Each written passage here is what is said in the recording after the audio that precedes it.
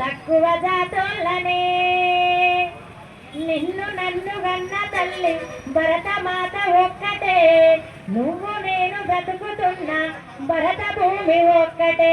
అవునా కదా? మరి ఇంకెక్కడివి కులాలు ఎక్కడివి మతాలు ఎక్కడివి? నువ్వు ఇచ్చే గాలి ఒకటే నేను ఇచ్చే గాలి ఒకటే, నువ్వు తాగే నీరు ఒకటే నేను తాగే నీరు ఒకటే. మరి ఎందుకు ఇవన్నీ లేవు కదా? కాబట్టి ఇవన్నీ పోవాలంటే సర్వాలు ఇప్పటిదాకా చెప్పారు.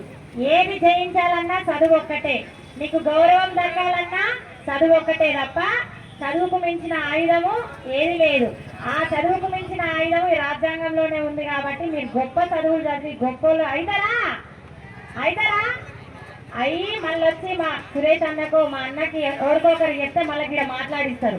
ఆ రోజు నేను సభకు పోయే కొన్ని నేర్చుకొని రాసిన ఇలా మంచి ఉద్యోగం పొందినని మాతో మీకు చప్పట్లు కొట్టించుకుంటారా? తప్పకుండా కొట్టించుకోవాలి, మేమే కొడతాం. రెడీనా అన్న? ఇప్పటిదాకా అన్న పాట వినలేదు. మన ఇప్పుడే ఈరోజే పొద్దున్నే రాసిండు శంకరన్న, ముందుకు రావాలి.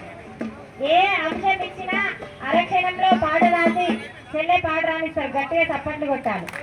అది చదువుతోనే వస్తుంది.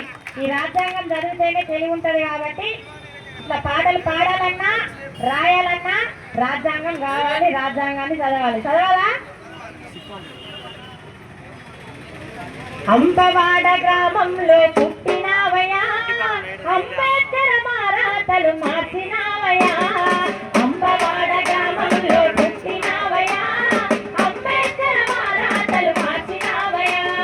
మనువాదుల గుట్టలను మంటలేసి కాల్చినావు, మనువాదుల గుట్టలను మంటలేసి కాల్చినావు. రమ్మనే కుళ్ళలను పూలదోసినావయా.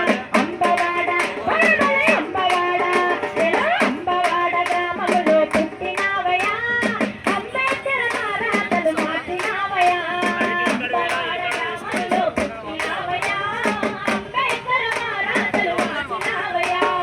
అంటరాని వాడు అంటూ నిన్ను హేళన చేసినయ్యా, నువ్వు రాసిన రాజ్యాంగం దీనులకు దీపమయ్యా. నువ్వు రాసిన రాజ్యాంగం దీనులకు దీపమయ్యా. నువ్వు రాసిన రాజ్యాంగం దీనులకు దీపమయ్యా. చదువుకోను పడిపోతే పడి బయటనే పుట్టినారు, అంటరాని వాడి అంటూ నిన్ను వెంటి వేసినారు. అంటరాని వాడి అంటూ నిన్ను వెంటి వేసినారు. అంటరాని వాడి అంటూ నిన్ను వెంటి వేసినారు. అంబేద్కర్ నీ చరిత చెప్పుకుంటే ఉడవదయ్యా, అంబేద్కర్ నీ చరిత చెప్పుకుంటే ఉడవదయ్యా. మహనీయుల నీ ఘనత తరతరాలలో చరిత. అంబవాడ బలబల అంబవాడ, చెర అంబవాడ గ్రామంలో పుట్టినావయా, అంబేద్కర్ మారాతలు మార్చినావయా.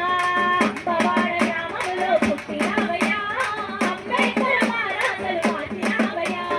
మూతికి ముద్దను బట్టి ముట్టికి చీపురు బట్టి ఊరవతల ఉండాలని ఊరికి దూరం గుంచిరి. ఊరవతల ఉండాలని ఊరికి దూరం గుంచిరి. ఊరవతల ఉండాలని ఊరికి దూరం గుంచిరి. అంటరాని తనము చూసి పెనుమంటై రగిలినావు, మహాబతుకులు మార్చేందుకు అక్షరమై వెలిగినావు. మహాబతుకులు మార్చేందుకు అక్షరమై వెలిగినావు. మహాబతుకులు మార్చేందుకు అక్షరమై వెలిగినావు. నీ త్యాగం నీ గమ్యం మేమని వర్ణించుమయ్య, నీ త్యాగం నీ గమ్యం మేమని వర్ణించుమయ్య. బాబా సాహెబ్ అంబేద్కర్ అందుకు మా వందనాలు. అంబవాడ అరరే అంబవాడ, ఎలా అంబవాడ గ్రామంలో పుట్టినావయా, అంబేద్కర్ మారాతలు మార్చినావయా. అంబవాడ గ్రామంలో పుట్టినావయా, అంబేద్కర్ మారాతలు మార్చినావయా. అంబేద్కర్ మారాతలు మార్చినావయా. అంబేద్కర్ మారాతలు మార్చినావయా. ఈ పాట మీరు తీసుకుపోయి అంబేద్కర్ జీవిత చరిత్ర గురించి రాయమంటే ఈ పాట రాస్తే కూడా మీకు 10 మార్కులు ఎక్కడ పోవు. అందుకే ఇష్టంగా పాట ద్వారా నేర్చుకుంటే తొందరగా ఎక్కుతుంది. కాబట్టి అంబేద్కర్ జీవిత చరిత్ర మొత్తం ఇళ్ళనే ఉంది. గిరి రాసిన మీకు 10 మార్కులు వేస్తారు. అబ్బాయి ఎంత బాగుంది, ఎంత ఈజీగా ఉందని. అవునా కదా అన్న? థ్యాంక్ యూ సో మచ్ అన్న. సమయభావం తక్కువ ఉంది కాబట్టి మాకు ఈ అవకాశం కల్పించిన మహనీయుల జయంతి ఉత్సవ కమిటీ వారికి ధన్యవాదాలు తెలియజేస్తున్నాం.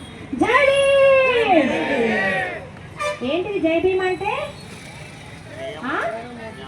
జ్ఞానం జ్ఞానం. ఈ అన్నకి ఏం పని చెప్పు, మంచి ఇంటికాడ కూర్చోవచ్చు, మందరాలతో ఆడుకోవచ్చు. కానీ తను పుట్టినప్పటి నుంచి భారత రాజ్యాంగాన్ని చదివి ఈ మానవుల బాటలో నడుస్తూ మనల్ని కూడా మార్చాలని మన కోసం వచ్చింది. ఒకసారి బట్టి రామచంద్రన్న గట్టిగా చప్పట్లు కొట్టాలి. తరాలు పోతున్నాయి కానీ మనం మార్చలేదు.